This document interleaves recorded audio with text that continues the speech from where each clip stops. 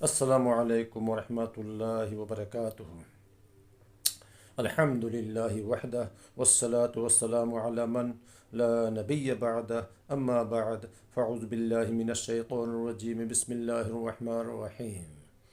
وَلَقَدْ نَعْلَمُ أَنَّكَ يَضِيقُ صَدْرُكَ بِمَا يَقُولُونَ فَسَبِّحْ بِحَمْدِ رَبِّكَ وَكُن مِّنَ السَّاجِدِينَ وَاعْبُدْ رَبَّكَ حَتَّى يَأْتِيَكَ الْيَقِينُ رَبِّ اشْرَحْ لِي صَدْرِي وَيَسِّرْ لِي أَمْرِي وَاحْلُلْ عُقْدَةً مِّن لِّسَانِي يَفْقَهُوا قَوْلِي رَبِّ زِدْنِي عِلْمًا رَبِّ زِدْنِي عِلْمًا۔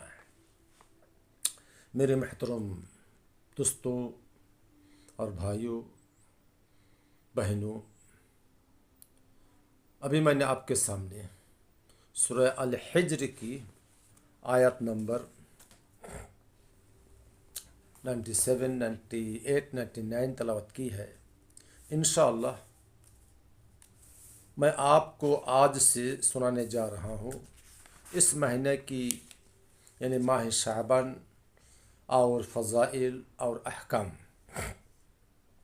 اس مہینے میں ہمیں کیا کرنا چاہیے، بلکہ ہمیں یہ دیکھنا چاہیے کہ ہمارے نبی کریم صلی اللہ علیہ وسلم نے انہوں نے اس مہینے میں کیا کام کیا ہے، ان کا روٹین، ان کا معمول اس مہینے میں کیا تھا، اور کیا ہم جو بعض مسلمان ہیں، بہت سے لوگ جو آج کل کر رہے ہیں، کیا وہ صحیح راستے پہ چل رہے ہیں یا نہیں، اور صحیح حدیثوں میں کیا ملتا ہے۔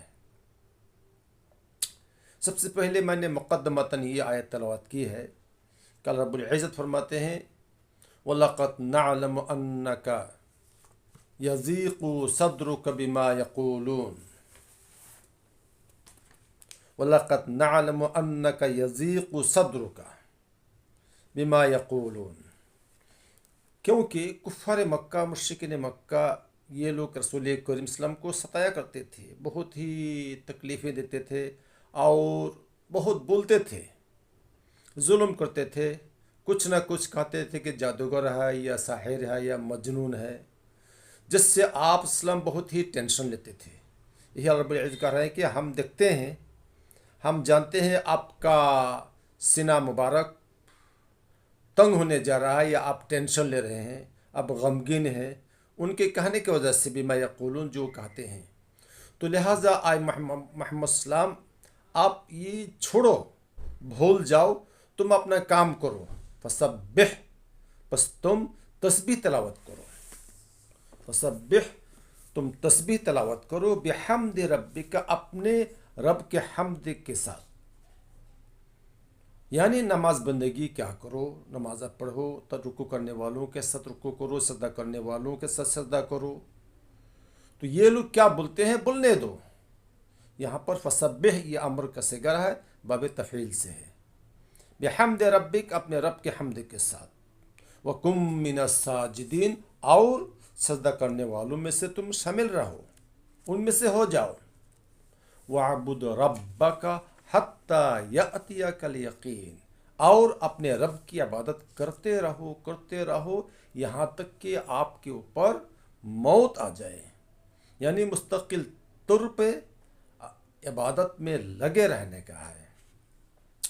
تو مسلمانوں اور بزرگوں، بھائیوں اور بہنوں، تو کامیاب آدمی وہی ہو سکتا ہے جو عبادت ہی کو اپنی زندگی کا اصل مقصد تصور کرے، ورنہ وہ آدمی جو اللہ کی عبادت سے غافل رہے اور دنیا کی ہر آسائش سے، ہر فیشن سے، ہر اسٹائل سے اپنے بل بچوں کو مہیا کرے، اور یعنی بزنسیوں میں اپنے یعنی ہر کتنے نہ جانے کیا کیا ہے، یہ اسٹائل ہے، یہ فیشن ہے، یہ اپنا شیڈول ہے، یعنی کیا کہتے ہیں کہ دین سے ہٹ کے بہت کاموں میں، بہت اپنا شیڈول اور بزنسوں میں وہ مقصد رہتے ہیں، دین سے بہت دور رہتے ہیں۔ کہنے کا مطلب یہ ہے، ان کے پاس ایسے کچھ فنکشن ہیں، کچھ شیڈول ہیں جو دین سے بہت دور ہیں۔ تو ایسا آدمی کبھی قطعاً وہ کامیاب نہیں ہو سکتا جو دین سے دور رہتا ہے۔ تو اس آیت سے ہمیں معلوم ہو رہا ہے کہ ہم کو اللہ رب العزت کی عبادت کرنی چاہیے، ہمیشہ عبادت ہی میں لگے رہنا چاہیے۔ جب وقت آ جائے کم سے کم 5 وقت کا نماز مسجد میں آپ پڑھیں گے، بزنس کے ٹائم میں بزنس کیجیے، ٹھیک ہے۔ اس کے بعد میں آپ کو ایک حدیث سناؤں گا جو مسلم شریف حدیث نمبر 1144 1144۔ آپ صلی اللہ علیہ وسلم نے فرمایا ہے کہ لا تختصوا لیلۃ الجمعۃ بقیام من بین اللیالی ولا تخصوا یوم الجمعۃ بصیام من بین الایام الا ان یکون فی صوم یصومہ احدکم۔ آپ صلی اللہ علیہ وسلم نے فرمایا کہ لا تختصوا، خاص مت کرو جمعرات کو خاص مت کرو اور راتوں کے مقابلہ میں، بقیام میں بین اللہ، اور راتوں کو چھوڑ کے صرف جمعہ کی رات کو، یعنی جمعرات آ گیا مان لیجئے۔ اب جمعہ کے استقبال کے لیے آپ سمجھ رہے ہیں کہ بھائی جمعہ کا دن ہے، یہ ہفتہ ور ہے، یعنی ہفتہ کا یہ عید ہے، چیف ڈے ہے، تو اس کے استقبال کے لیے، اس کی فضیلت کے لیے آپ رات کو کیا بولتے ہیں، رات بھر عبادت کر رہے ہیں۔ دوسری بات یہ ہے کہ ولا تخصوا یوم الجمعۃ، اب یہ تو آپ نے منع فرمایا ہے حضور نے کہ رات کو خاص نہیں کرنے کا، جمعہ کی رات کو۔ دوسری بات یہ ہے کہ جمعہ کے دن صرف جمعہ ہی کے دن روزہ رکھنے کا ہے اور دنوں کو چھوڑ کے نہیں۔ یہ مت سمجھے کہ بھائی جمعہ کا دن آ رہا ہے کہ خصوصیت، یعنی خاص طور پہ جمعہ کے استقبال کے لیے، اس کے فضیلت کے لیے ہم روزہ رکھیں گے۔ ہاں الا ان یکون فی صوم یصومہ احدکم، اگر تم میں سے کوئی شخص پہلے ہی سے روزہ رکھ کے آ رہا ہے، مثال کے طور پر منگل سے شروع کر دیا ہے یا سوموار سے، پھر بدوار آ گیا، پھر جمعرات آ گیا، پھر جمعہ آ گیا، کوئی بات میں بیچ میں آ گیا، کوئی شخص پہلے سے کوئی روزہ رکھ رہا ہے، مثال کے طور پر نفلی روزہ، یا کوئی قضا ہے چھوٹ گیا ہے، بیچ میں جمعہ آ گیا ہے، کوئی بات نہیں، رکھے۔ لیکن صرف جمعہ ہی کے لیے، اس کے استقبال کے لیے رکھنا ہے، یہ حدیث میں یہ منع ہے۔ اگر ایسا ہوتا تو آپ صلی اللہ علیہ وسلم نے کیوں نہیں کیا؟ اگر جمعہ ہی کی فضیلت کے لیے روزہ رکھنے کا ہے جمعہ کے دن، یا اس رات کو عبادت کرنے ہے، اگر آپ سمجھتے ہیں تو آپ صلی اللہ علیہ وسلم نے، حضور کریم صلی اللہ علیہ وسلم نے کیوں نہیں کیا؟ اس سے معلوم ہو رہا ہے کہ نہیں۔ ہاں جمعہ کے دن، جمعہ کی فضیلت اور الگ ہے۔ جمعہ کے دن آپ مثال کے طور پر سورہ کہف پڑھیے، جمعہ کے دن آپ جلدی جائیے مسجدوں میں، بڑی فضیلت ہے۔ اس کے بعد مسلم شریف میں آیا ہے، بخاری میں بھی ہے کہ جمعہ کے دن یعنی ایک ایسا وقت ہے، وہ اس وقت میں اگر آپ اللہ تعالیٰ سے دعا مانگیں گے تو ضرور بھی ضرور آپ کی دعا قبول ہوگی۔ ایک تو خطبہ، یعنی جب امام ممبر پہ کھڑا ہو جاتا ہے، اس سے لے کے پھر امام کے سلام پھرنے تک، لیکن جس کی امید دلائی گئی ہے کہ 99% زیادہ امید کی جاتی ہے کہ اسی وقت آپ کی دعا قبول ہوگی اگر آپ دعا کریں گے، وہ ہے عصر کے بعد، مغرب سے پہلے جمعہ کے دن۔ اس میں علماء کرام کا اتفاق ہے، یہ البتہ ہے، لیکن جمعہ کی رات کو روزہ رکھنا اور عبادت کرنا، پھر جمعہ کے دن روزہ رکھنا خاص طور پہ یہ منع ہے۔ تو مسلمانوں اور بھائیوں، تو آپ کا کیا معمول تھا تہجد کے بارے میں؟ تہجد میں میں آپ کو بتلاتا ہوں کہ حدیث نمبر، بخاری حدیث نمبر 4873، مسلم شریف میں ہے 2820، ماں عائشہ بیان کرتی ہیں کہ رسول کریم اسلام رات کو اتنا طویل قیام فرماتے کہ آپ کے پاؤں مبارک پھٹنے لگتے، آپ کے قدم مبارک پھٹنے لگتے۔ میں عرض کرتی ہوں، ماں عائشہ کہتی ہیں کہ میں عرض کرتی ہوں، اے اللہ کے رسول، آپ ایسا کیوں کرتے ہیں؟ اتنا تکلف کیوں اٹھاتے ہیں جبکہ اللہ رب العزت نے آپ کی اگلی پچھلی تمام خطائیں، تمام گناہیں معاف فرما دی ہیں، آپ تکلف کیوں اٹھاتے ہیں؟ آرام کیجیے۔ تو آپ صلی اللہ علیہ وسلم کا ارشاد مبارک دیکھیے، وہ کیا فرماتے ہیں کہ افلا اکون عبدا شکورا، کیا میں شکر گزار بندہ نہ بنوں؟ کتنا اچھا جواب ہے، یہ تو ان کے لیے ضروری تھا۔ سملرلی یہی حدیث بخاری میں 4836 اور مسلم میں 2819 میں ہے۔ یہ البتہ دوسری راوی سے ہے، یہ مغیرہ سے ہے۔ ایک ہی معنی ہے کہ اسلام نے جب اتنا لمبا قیام فرمایا تو آپ کے پاؤں مبارک پر ورم ہو گیا، تو آپ سے کہا گیا اللہ رب العزت نے آپ کے تمام گناہوں کو، اگلی پیچھے گناہوں کو معاف فرما دیا ہے، آپ کیوں اتنا تکلف اٹھاتے ہیں اللہ کے رسول؟ تو آپ نے فرمایا کہ افلا اکون عبدا شکورا، کیا میں شکر گزار بندہ نہ بنوں؟